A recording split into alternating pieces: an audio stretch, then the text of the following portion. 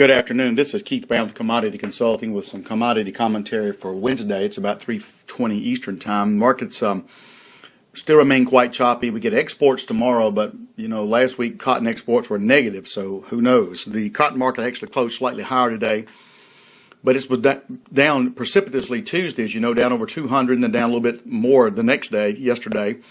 Today barely closing higher, 65.68 up 13. So we're not reading too much into that, other than the market's just continuing to weave in and out of sort of an upward slant, upward bias it has. But we're about to enter harvest. As a matter of fact, we're defoliating. In the next couple of weeks, going to really be defoliating across the southeast. But we're getting episodes of rain every day. And that continues to cause some loss in the crop, I think. I would venture to say we're losing 200 pounds an acre here in our local area. But nonetheless, that pales in comparison to the amount of cotton that we think is, or the USDA says is out there in the world. And then China, of course, implementing this new policy. So we'll see how that pans out. But let's see what exports are tomorrow. Over in the grains today, just a little more seesaw. Beans are actually up a little bit. Corn down a couple of cents. Wheat down a penny in Kansas City and up 3 cents in December. Wheat continues to suffer under the heavy burden of too much supply, too little demand.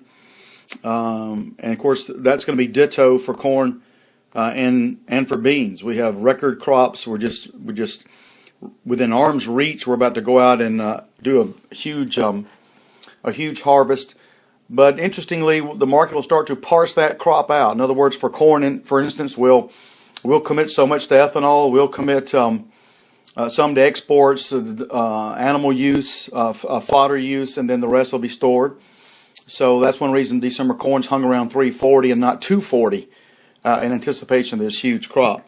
And for beans, there was a little frost damage, but I think not enough to really matter unless we really had something big-time frost this weekend, and I don't really see that in the cards right now. So the market is... the two parts to a market. There's the physical part and the psychological part. Physically, we got record crops. Psychologically, the market knows it, and therefore it's not really willing to give up the ghost any more than it has. So we'll see what tomorrow brings. If you have any questions or comments, of course, give us a call at 1-800-910-1910. Thanks for listening.